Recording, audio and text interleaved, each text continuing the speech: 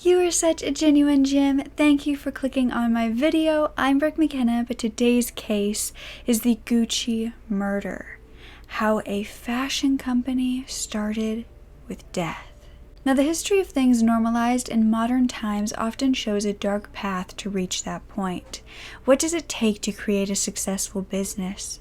How much of your soul must be lost to earn billions of dollars? And how did all of these scandals only drive the sales higher? How many of you are now looking at your Gucci items, or possibly the Gucci store if you cannot afford them like me, much differently now?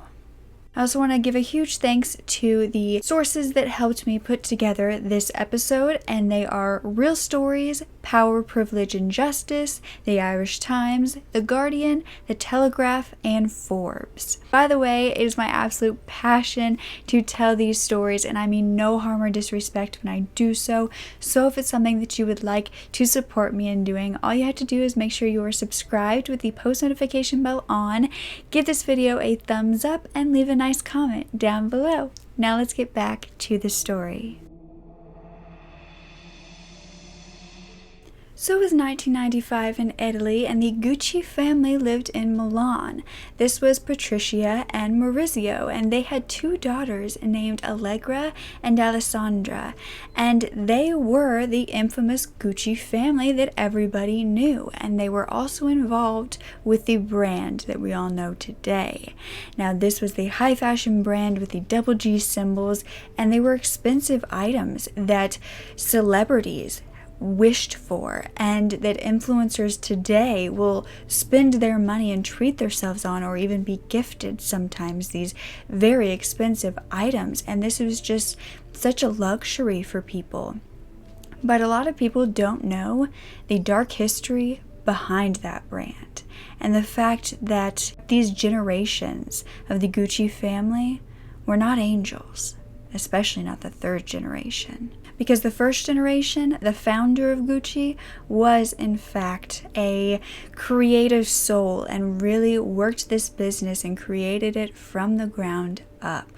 However, as he passed away and it went through his family, it really seemed to just go downhill quickly. They would do everything possible to lose what he had created. Maurizio and Patricia were basically said to be meant for each other. They were very different, but they had met at a party, and Maurizio actually asked his friend who the beautiful girl was in the red dress who looked like Elizabeth Taylor.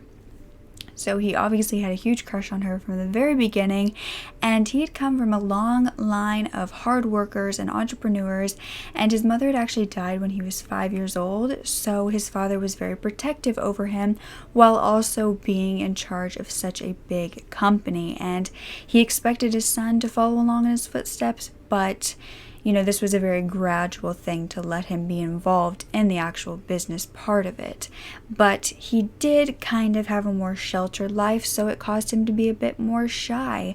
Whereas Patricia, on the other hand, had grown up with a waitress as a mother and a trucking baron as a father, and she was also very social, with having to meet a whole bunch of new people and having to put herself in situations where she was with the elite class rather than just being born into it. She kind of had to finagle her way into these situations. So even as a kid, she was a very social butterfly, and this kind of helped them being together because that's something that Maurizio lacked, and his father knew that that would not be helpful in business for him to be the shy, meek shell.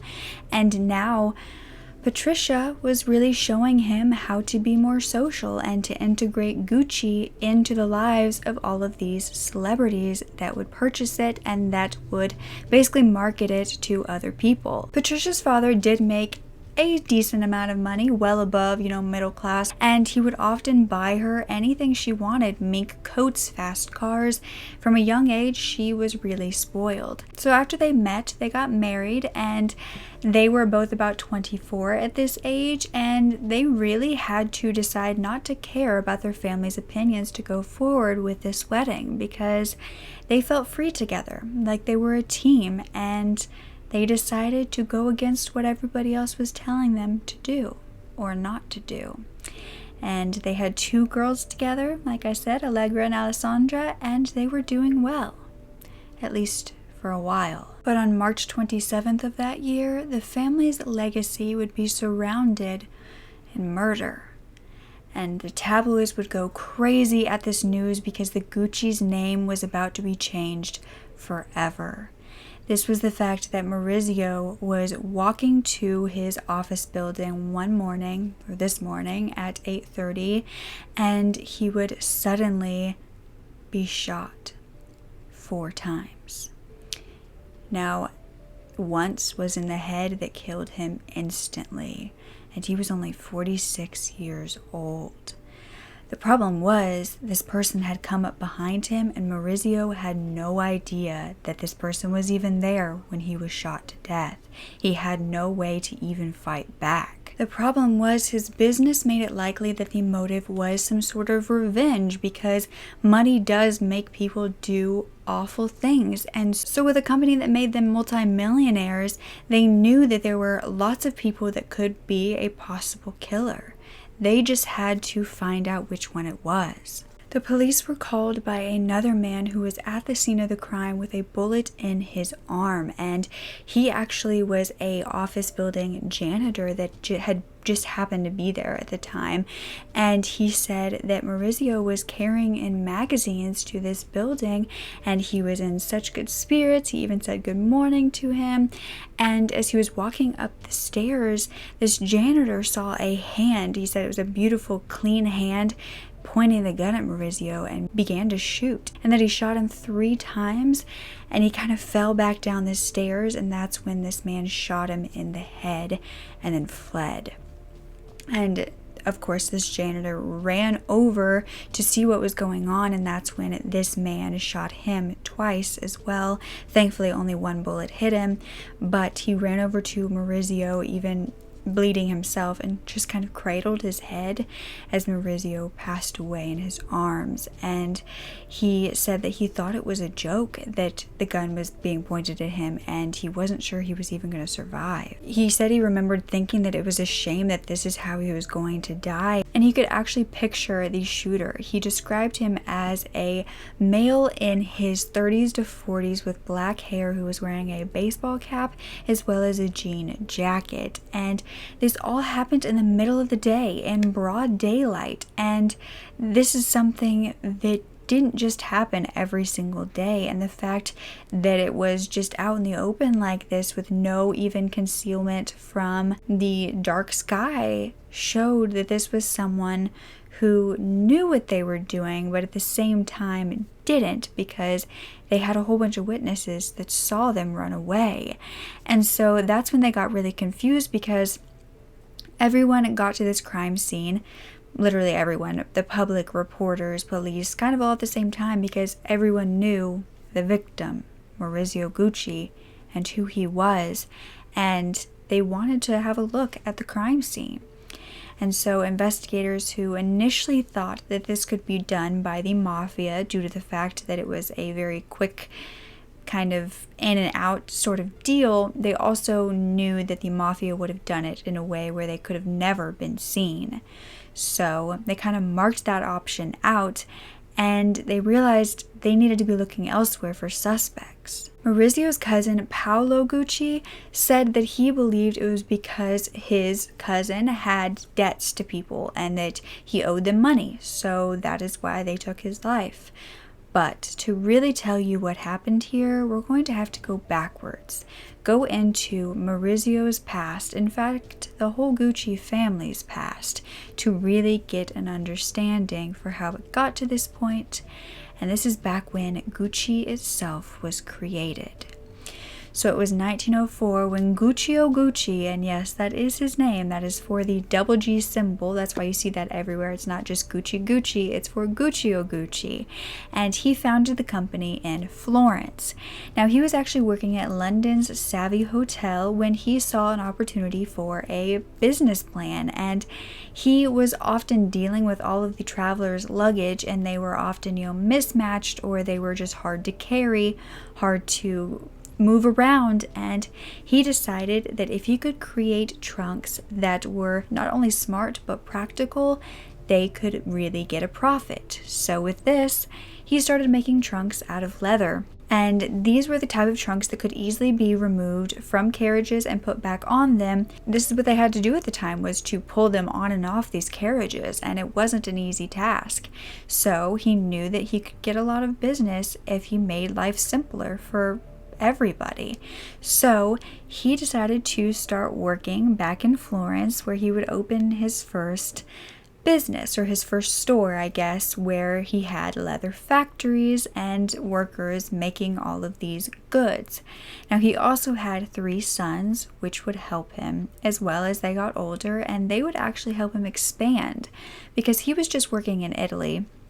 And they decided that he needed to start a store in New York City, because this is where a lot of the fashion, the high fashion, was sold, and it would really expand the business. Now, Guccio at the time had no idea how successful this would make his business, and he almost pushed back and didn't want them to take it out of Italy and expand it any further. He just liked, his own stores, but he did agree to this finally, and so they did move it to New York, where celebrities started to get a hold of it. They were basically looked at as the most high fashion pieces of handbags and shoes that everybody wanted to get their hands on. But as Guccio got older and passed away, Gucci was kept in the family, and this would go to his sons. But this is where the problems would start, because 2 of those sons had sons themselves, and that was Rudolph and Aldo. And they had children. However, Rudolph had 1 child where Aldo had 3. So this now made it completely unequal in the share of the company that they owned, meaning that Aldo technically had more. Rudolph was not happy about this because he knew ultimately his side of the family, even though they were all one big family, but his side of the family had less. And these were 2 brothers who had grown up in a business-oriented family and basically looked at the amount of money as their worth. So this is where they began to bicker, and there was a lot of Gucci family issues that was not just kept in the family. The whole public knew about everything going on. Rudolph's son was Maurizio, whereas Aldo's son was Giorgio, Paolo, and Roberto. Now, Paolo started to realize something that was going wrong in the business when he was, getting older and getting into it. And he realized that the United States sales were doing really well. However, Gucci was not seeing any of that money, the actual company. So he had to figure out where it was going missing and why they weren't making any profit from sales that were looking to have happened.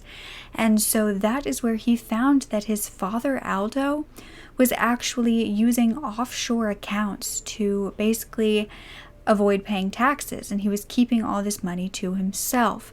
And instead of his son, because Aldo was his father, instead of his son Paolo just ignoring this, he actually took him to court.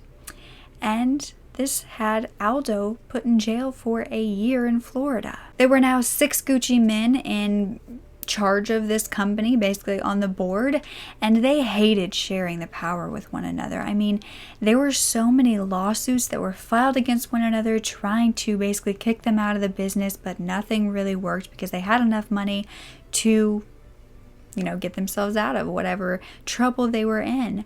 And so there was even a time where a worker who worked basically at the offices that they did said that there was a whole bunch of Gucci handbags, like $500 handbags, scattered around the lawn because the Guccis were upstairs having a fight and they were throwing the merchandise at each other, this expensive merchandise, just to basically attack one another. Paolo even left a fight one time with a scar on his face because that's how aggressive they got. It wasn't just verbal. And then Maurizio, Rodolphe's only son, would marry Patricia. And Rodolphe hated this. He said that Patricia was just using him for money, even though she was well off on her own, but said that they shouldn't get married, that this was a huge mistake. And he even told Maurizio that he would be kicked out of the family business if he did this. But Maurizio decided that he loved Patricia and he wanted to marry her. So he did. And Patricia's father was actually the one to be very open about their marriage and said, you can become a part of our family if your family is not going to accept you, and we will pay for you to go to university or finish the university courses since your father cut you off from all the money. So he was really supportive, and that was really nice for Maurizio, but Rudolph was still trying to stop the marriage all the way up until the actual wedding, when he decided he couldn't do anything and he just attended the wedding instead. So a month later, he actually called Maurizio and he said that he wanted him to come back to the family business. He offered him an opportunity to get back involved again, and this was because Gucci was having some serious problems. You see, the business had started to sell to anybody and everybody who wanted to have a Gucci store, and they were also marketing their merchandise as much less. So this was causing so many more people to be able to get it. It was much more accessible. However, they were losing profits and they were losing their name of being a luxury brand. So they needed to remarket themselves or do something before their profits ultimately dropped and they would lose millions. But even though Maurizio saw this as a chance to kind of revamp the entire company, the rest of the Guccis decided that that's not what they wanted at all, and that they were fine because they were still making lots of money even if the merchandise was much less. So for the next 10 years, this is how it went, slowly going downhill, and they were bickering, but they were getting along well enough to run the business. However, by 1983, Rodolphe, Maurizio's father, would pass away, and this would mean that everything would change, because Maurizio would earn 230 million pounds from his father, which also meant that he owned 50% of this business. One man owning 50% meant that even though Aldo and his 3 sons had a little bit more of a percentage of the company, one man was much more of a threat who had more than these 4 members of the other side of the family. And so, of course, they were angered about this. They didn't want Maurizio to have that much power. Maurizio really wouldn't do anything with this at first, which is what they hoped he would do, would just keep his head down and work. And he did. But then he started working harder and harder and realizing that he didn't want the same thing as his family. This is when he kind of stopped coming home all the time, and Patricia and their 2 daughters really weren't seeing him anymore. Patricia was fighting with him as well, saying, "You're never here." Maurizio really didn't care because he was done fighting with his family, done fighting with his wife, and he one day just told Patricia he was going on a business trip to Florence, and he went. And he kissed them goodbye and he never returned. Patricia was said to find out by their family doctor.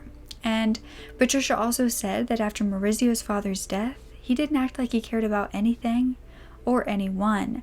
And unlike the rest of his family, this was very different for him. He was normally a sweet soul who had empathy and cared about people, but something changed after his father's death. During this time is also when the Guccis all started trying to get each other in trouble for tax evasion, because they were all doing it in one way or another, and so they were trying to see who could get the worst outcome by being turned in.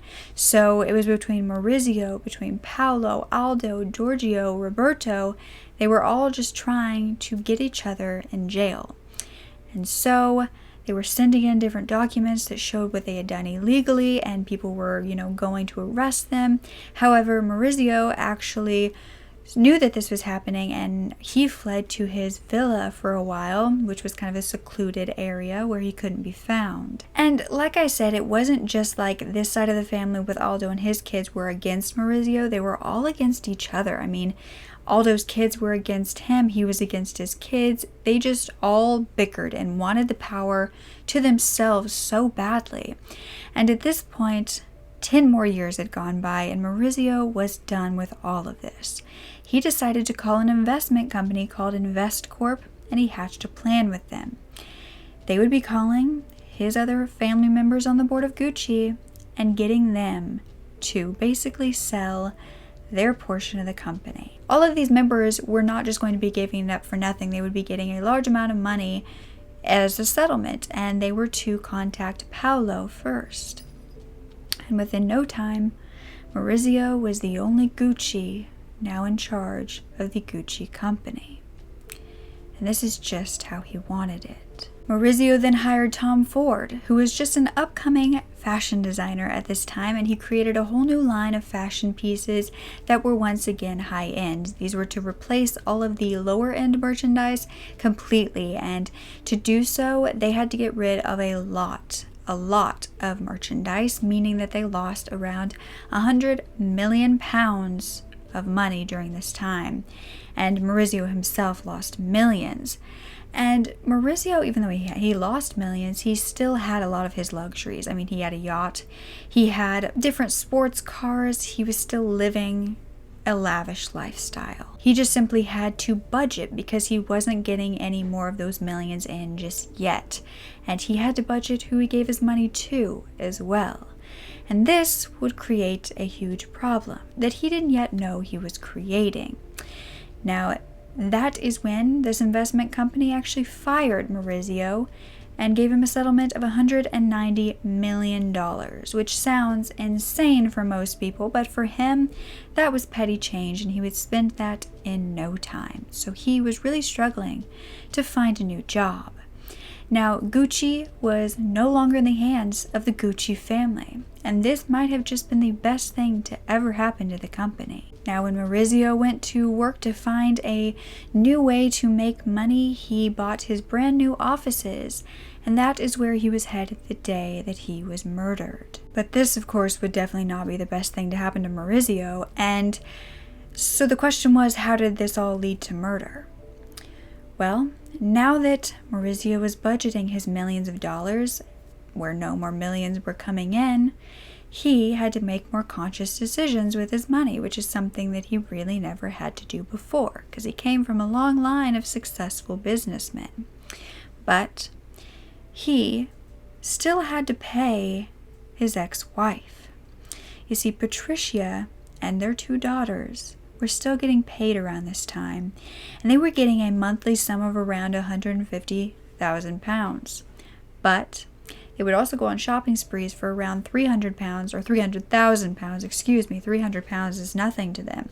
£300,000 to just go and do some shopping sprees randomly, but now their monthly checks were coming in for $90,000, which is an incredible amount of money, but not to them. They were very angered by this, and Patricia's anger was said to go even deeper than this, because she was no longer the Gucci heiress that she believed she was meant to be, that she was born to be, because she believed, because of her social skills that she taught Maurizio, that she was responsible for the success of Gucci and the fact that all of the celebrities knew about it and wanted these products. Now she was just left in the dust with this petty change, is what she believed, and her 2 daughters that she was basically raising on her own.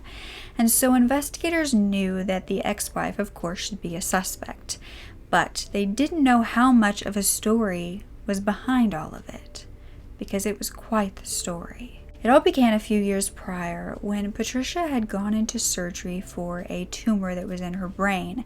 It ended up not being cancerous, but she did have this surgery, and the doctors allegedly had told Maurizio not to come because he was going in, or she was going in for this surgery that was going to be very difficult, and she needed to rest.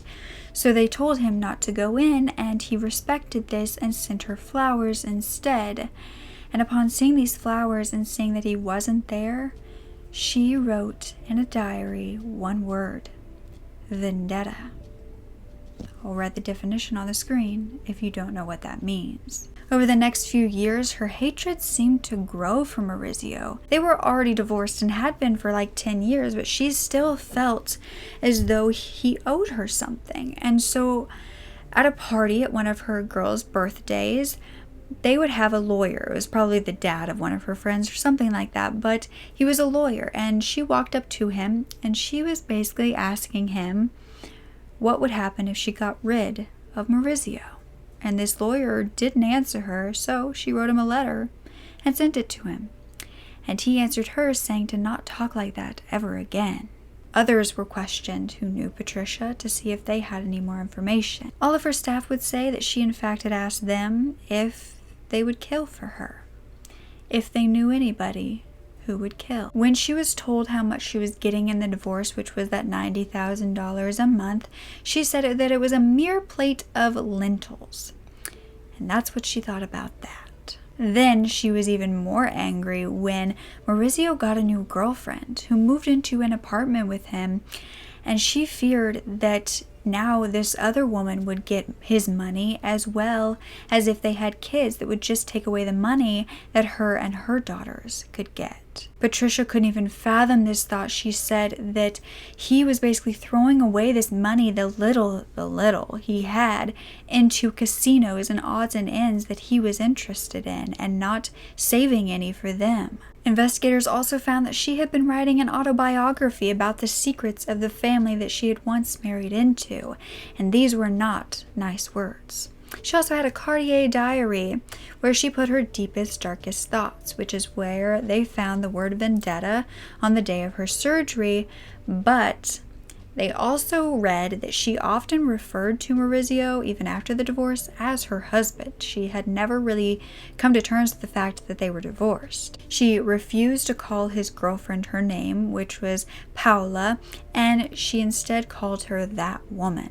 They found a word written the day of Maurizio's murder, and this was paradosis. I think that's how you say it, which means paradise. Investigators had a feeling that she was the killer, and Paola had been asked if she believed that she had anyone who would have wanted to kill Maurizio if she knew of anyone, and the first person she named was in fact Patricia.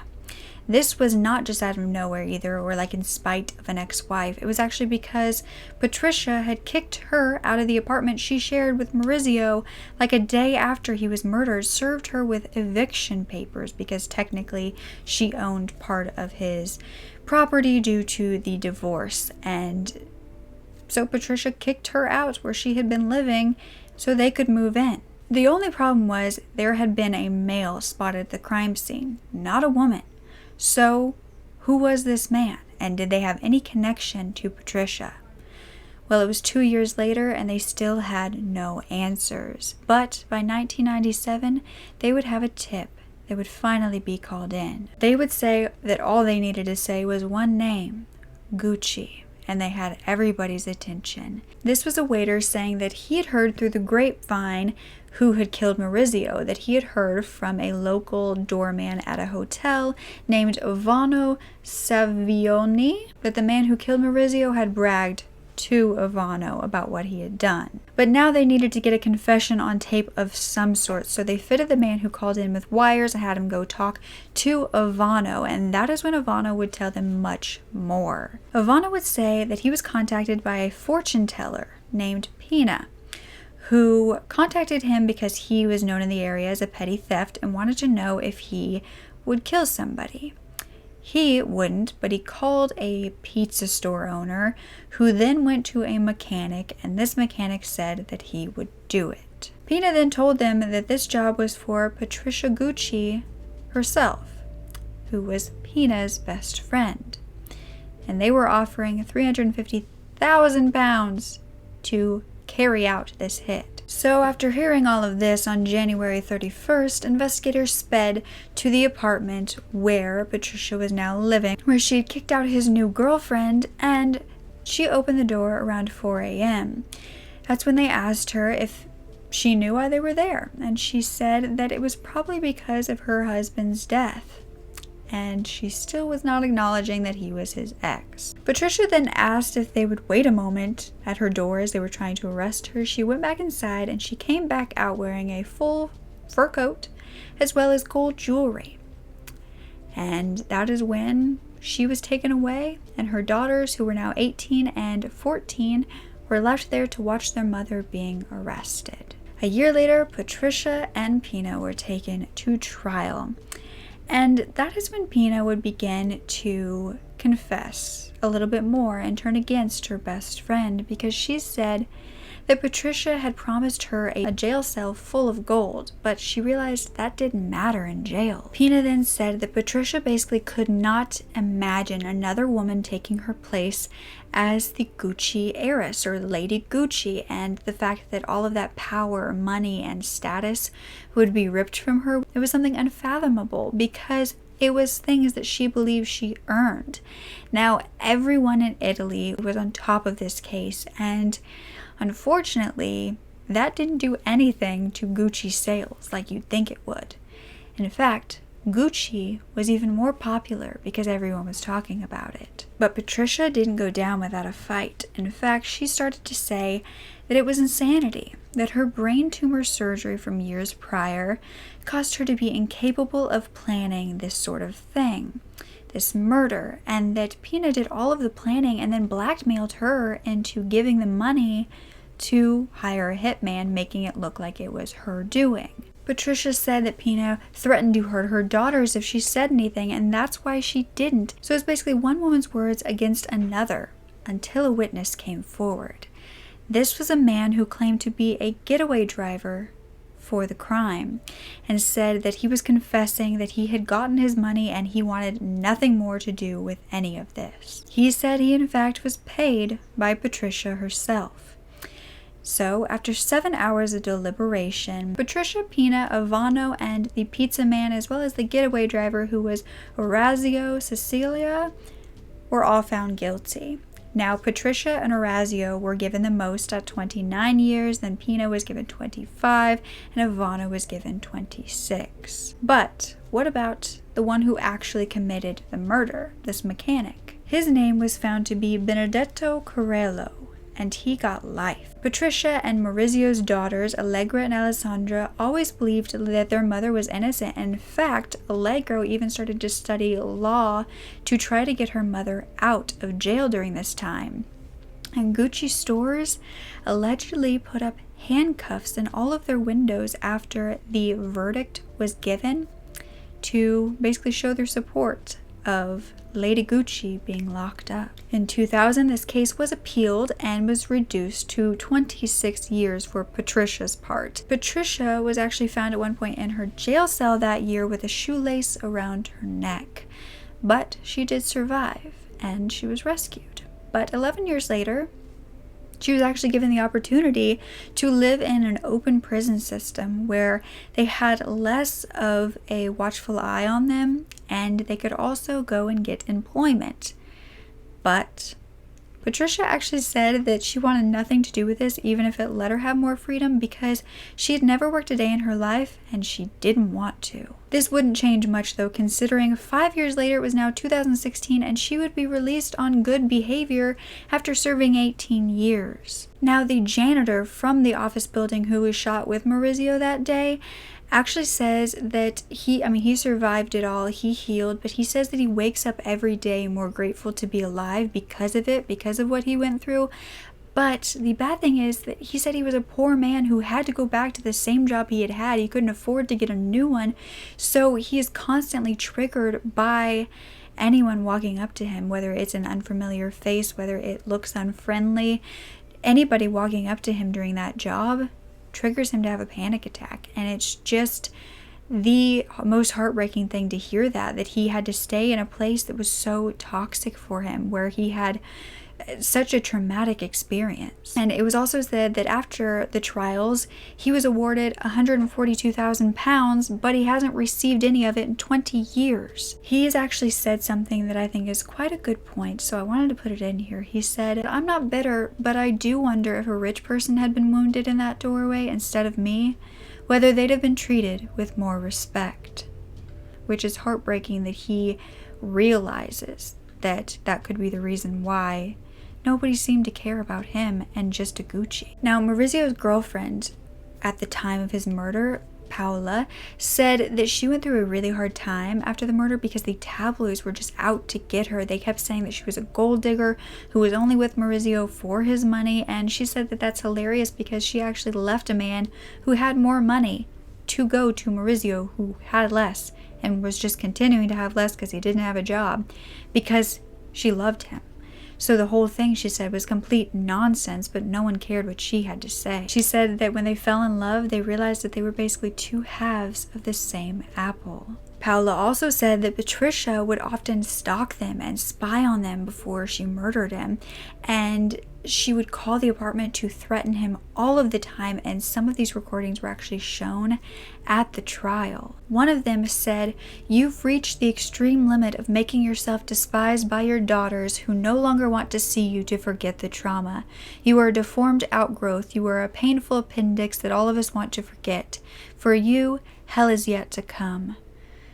Paula said that she tried to get Maurizio to hire a bodyguard, but he didn't believe Patricia would actually do something because they had kids together. But obviously that wasn't true, and Paula actually went through the loss of her boyfriend, and then 5 years later, her son Charlie took his life at 16 years old, and she never saw that coming, and so she has been dealing with a lot of grief in her life. But she says that she tries to be better from all of it, and that she turned to art to cope, and is quite a bubbly soul from the interviews that I've seen with her. She seems like a breath of fresh air who turned to the light in all of the times that she was in the dark and actually became the light herself. Now, Patricia was actually interviewed in 2016 at her job, where these interviewers surprised her because no one would ever let her, like no one close to her would let an interviewer in to talk to her. However, they just surprised her at her job, which was at a jewelry firm, and they sat down to talk with her. And they asked her why she hired a hitman instead of just shooting him herself. And she said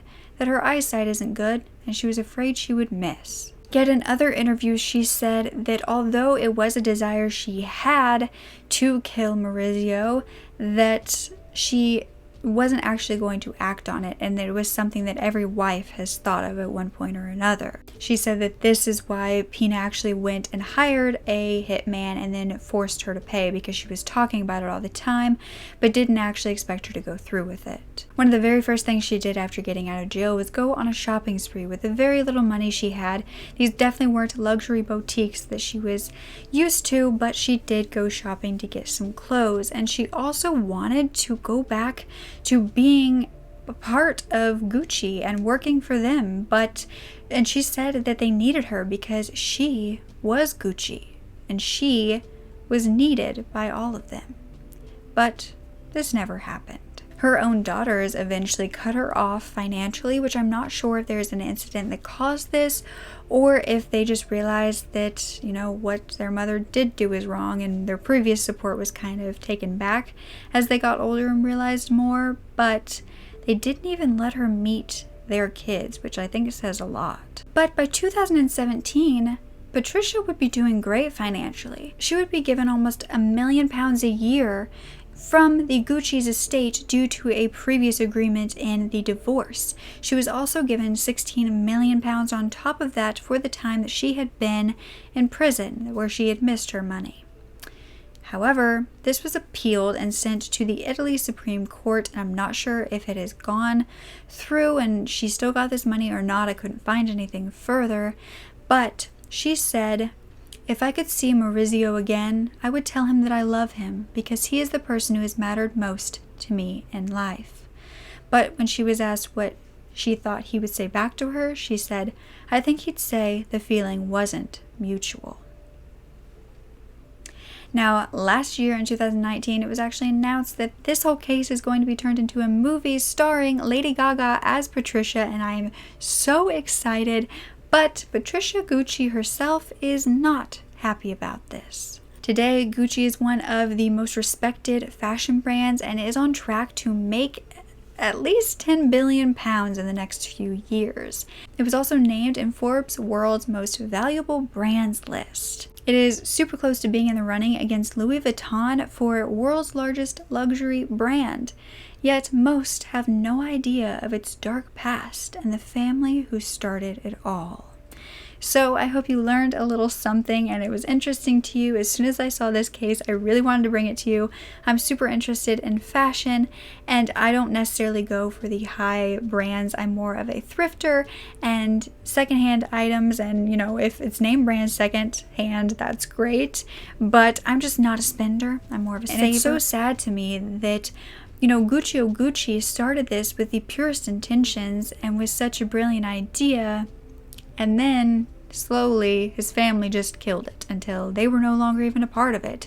Thankfully, Gucci is still in existence for Guccio Gucci, but it's not run by his family, and probably not run in the same way he would want it to be. But I guess you can't really control that. So yeah, make sure to give this a thumbs up if you want more like this. Also leave down below any more stories like this you want me to tell. And that's it. Don't ever forget to speak up. Your voice is powerful enough, and I love you to absolute pieces. Okay, bye.